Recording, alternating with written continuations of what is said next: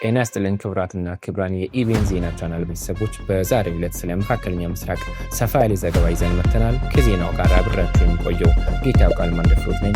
ላይክ፣ ሰብስክራይብ እና የደወል ምልክቱን መንካቱን እንዳይረሱ። ወደ ዜናው ስንሻገር የሆርሙዝ ወሽመጥን በመተካት ነዳጅና ጋዝ የሚተላለፍባቸው አማራጭ መስመሮች አሉ ወይስ ምንም አይነት ሌላ አማራጭ የለም የሚለውን ዘገባ በሰፊው ዳሰሳ እናደርግበታለን። ይከታተሉን። ኢራንና አሜሪካ ወደ ግጭት መመለሳቸው የሆርሙዝ ወሽመጥን በድጋሚ መነጋገሪያ አድርጎታል። ለዓለም የንግድ መርከቦች ዋነኛ መተላለፊያ የሆነው የሆርሙዝ ወሽመጥ የበርካቶችን ትኩረት ስቧል። ኢራንና አሜሪካ በዘላቂነት ጦርነቱን የሚያስቆም የመግባቢያ ሰነድ ቢፈራረሙም ግጭቱ ባለፈው ሳምንት በድጋሚ ተቀስቅሷል። በዚህ ምክንያት ነዳጅ ዋጋ እጅግ የናረ መሆኑ ተዘግቦ ነበረ። በሆርሙዝ ወሽመጥ በኩል መተላለፍ ለመርከቦች አደገኛ ከሆነ የባህረ ሰላጤው ሀገራት ነዳጅን ወደ ዓለም አቀፍ ገበያ ለማስገባት ሌሎች አማራጮች አላቸው ወይስ ተብሎ ቢጠየቅ ባለሙያዎች አማራጮች አሉ ቢሉም እነዚህ አማራጮች የሆርሙዝ ወሽመጥን መተካት ይችላሉ የሚለው በሰፊ መዳሰስ ያለበት ጉዳይ ነው። በኢራንና ኦማን መካከል የሚገኘው የሆርሙዝ ወሽመጥ ለባህረ ሰላጤው ሀገራት ዋነኛ ነዳጅ ማጓጓዣ መስመር ነው።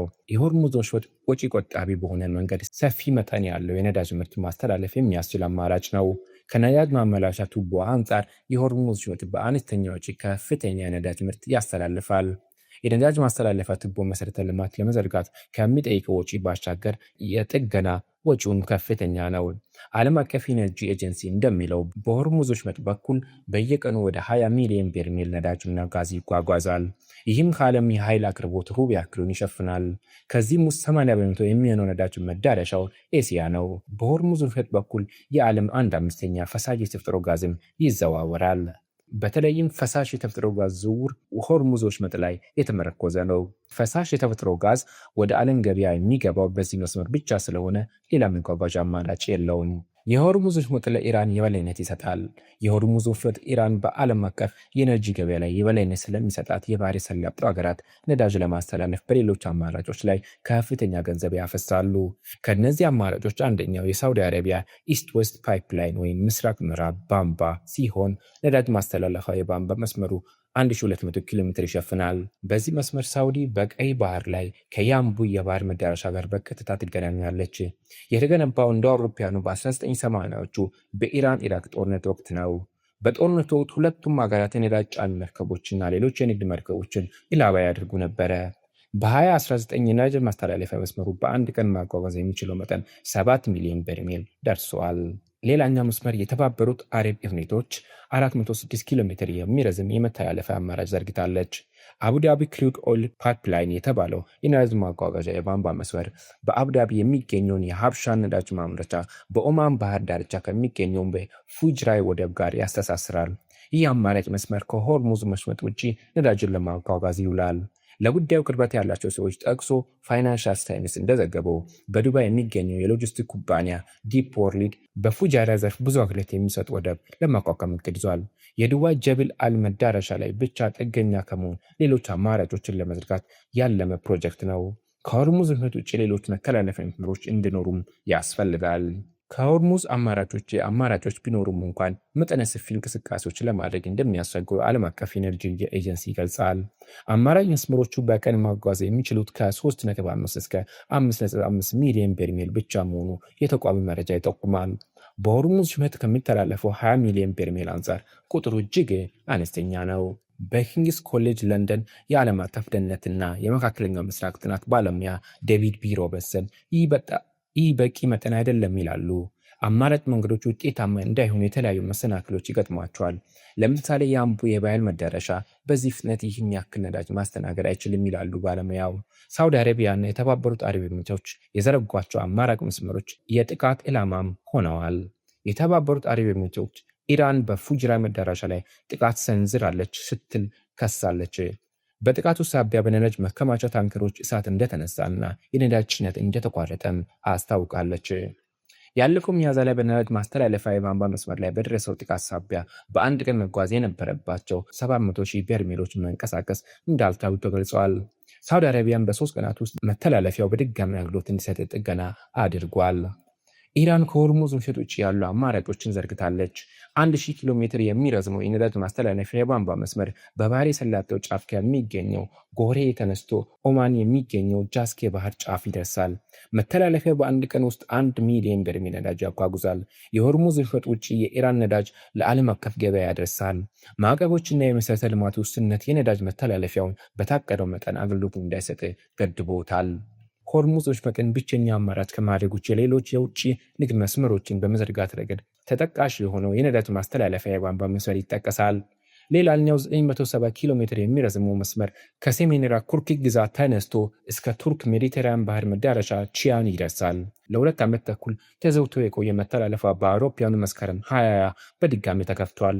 መጋቢት 2026 ላይ በአንድ ቀን የሚያስተላልፈው ነዳጅ 250,000 በርሜል ደርሷል። ይህ መተላለፊያ ለኢራን አማራጭ ቢሰጣትም ከአጠቃላይ የውጭ ንግዱ አንጻር ውስን ነው ተብሏል። ኢራቅ በአንድ ቀን ውስጥ 3.4 ሚሊዮን በርሜል ድፍድፍ ነዳጅ ኤክስፖርት ታደርጋለች። ከዚህም 95 በመቶ የሚሆነው በደቡባዊ አገሪቷ ወደ ባስራ በኩል አድርጎ በሆርሙዝ ወሽመጥ ያልፋል። የኪርኩክ ቺያን መስመር የተገነባው በባህረ ሰላጤው ማለፋ ሳያስፈልገው የኢራቅን ነዳጅ በሶሪያ የሜዲትራኒያን ወደብ ያደርሳል በሚል ነው። 800 ኪሎ ሜትር የሚደርሰው ይህ መስመር ዝርጋታው የተጠናቀቀው በአውሮፓውያኑ 1952 ነበረ። በኢራቅ-ኢራን ጦርነት ወቅት መስመሩ ተዘግቷል። የቀጠናው የውጭ ንግድ መስመሮች ለማስፋት በሚል መስመሩን እንደ አዲስ ለመገንባት አሜሪካ፣ ኢራቅና ሶሪያ መስማማታቸውን የቅርብ ጊዜ ዘገባዎች ይጠቁማሉ። ፎርሲስ የተባለ ፕሮጀክት ሜዲትራኒያን ባህር፣ ጥቁር ባህር፣ ካስፒያን ባህር እና አረቢያን ባህረ ሰላጤ በሶሪያ እና በቱርክ በኩል እንዲተሳሰሩ እቅድ ያወጣ ነው። በሚያዝያ 2016 የቱርክ ኢነርጂ ሚኒስቴር አልፔር አስላን ባደረጉት ንግግር ኳታርና ቱርክን የሚያገናኘው የጋዝ መተላለፊያ መስመር ላይ ውይይት እንዲደረግ አሳስበዋል። ውይይቱ በ2009 የተቋረጠ ሲሆን በአረቢያን ባህር ገብ መሬት በኩል ሊዘረጋ የታቀደ መተላለፊያ ነበረ። የኢራቅ ነዳጅ ወደ ቀይ ባህር ወደሚገኘው የዮርዳኖስ አቃባ ወደብ የሚያደርስ የቧንቧ መስመር ለመዘርጋት በአውሮፓውያኑ 1983 ታቅዶ ነበረ። የባስራ አቃባ መስመር በፖለቲካ ውዝግብና የፋይናንሻል እጥረት ምክንያት በተደጋጋሚ ሲራዘም ቆይቷል።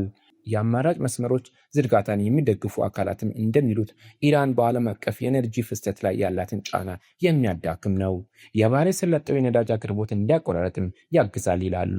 በሲንጋፖር ኤስ ራጃ ራትናም የዓለም አቀፍ ጥናት ዩኒቨርሲቲ ባለሙያ የሆኑት ሃይዘር ኢዚካኤል በቅርቡ ባቀረቡት ጥናት እንደገለጹት አዳዲስ መስመሮች ቢዘረጉም እነዚህ መስመሮች ላይ አዲስ አይነት ጥገኝነት መፈጠሩ አይቀርም። ነዳጅ የማያመርቱ መተላለፊያ ሀገራት የበለጠ መተላለፊያዎች ላይ ቁጥጥር እንዲኖራቸው የሚያደርጉ መስመሮች ናቸው ብለዋል። እንደ ቱርክ ያሉ ሀገራት የበላይነት ለማግኘት ሊያውሉት እንደሚችሉም ይገልጻሉ። በኢራቅና በሶሪያ በኩል የሚያልፉ መስመሮች የደህንነት ስጋትም ተጋርጦባቸዋል። የቀጠናው አለመረጋጋት፣ የታጣቂዎች እንቅስቃሴና በኃይል አቅርቦት መሰረተ ልማቶች ላይ የሚደርሱ ጥቃቶች ተጠቃሽ ናቸው።